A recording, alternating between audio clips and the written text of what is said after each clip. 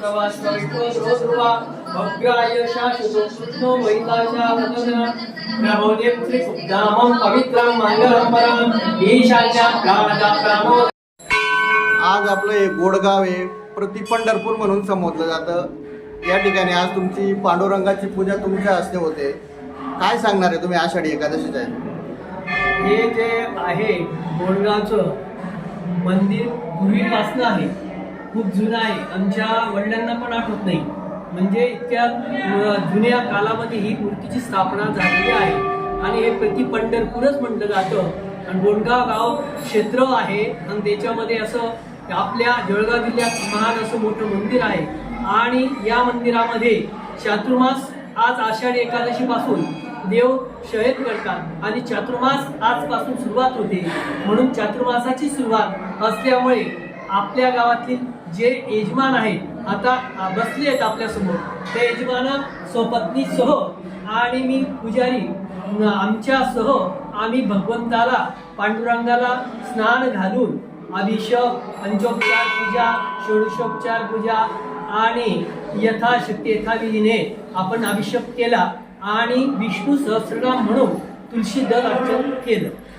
या पूजेचा लाभ घेतल्यानंतर काय भाविका पांडुरंगाकडनं काय श्रद्धा मिळते किंवा यांना काय अपेक्षा आहे? या पूजेचं असं महत्व आहे, आषाढ एकादशीला आपण जर विष्णू सहस्रनामाचं म्हणजे ऐकलं तर आपल्या मनातल्या जेवढ्या इच्छा असतात त्या परिपूर्ण होतात आणि आपल्या पाठीशी भगवंत पंढरीनाथ कायमस्वरूपी राहतो। कारण विष्णू स्तवन आणि विष्णू सहस्रनामामध्ये एकदम मोठी शक्ती आहे, ती कोणीही म्हणजे त्याच्यातली एवढी अजमावू शकत नाही, एवढी अगाध शक्ती त्याच्याशी आहे। सर्व मनोरथ पूर्ण करतात आणि आपल्याला मोक्ष प्राप्ती, वैकुंठ प्राप्ती सुद्धा होते। ताई, तुम्हाला जे सौभाग्य लागलं पूजेचं, कशी तयारी केली आहे तुम्ही?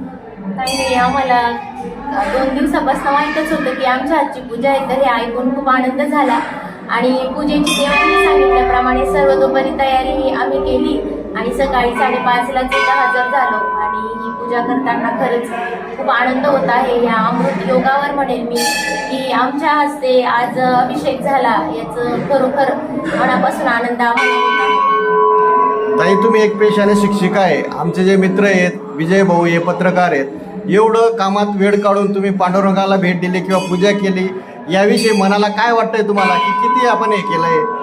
म्हणजे आम्ही वेळ काढणं हे मी म्हणते आमच्याकडे नाही तर हे म्हणजे विठ्ठलानेच आमच्याकडनं करून घेतलं असावं असं मी म्हणते। आपण त्यांच्यासाठी वेळ काढणारे म्हणजे इतकं कोणीच मोठे लागून गेलो नाही, हे करता करविता ते आहे असं मला वाटतं आणि हे सर्व त्यांच्या इच्छेनेच होत आहे असं मला। आणि याची पूजा ही कशी केली तुम्ही? तुळशी पत्र वगैरे किती आणले होते काय?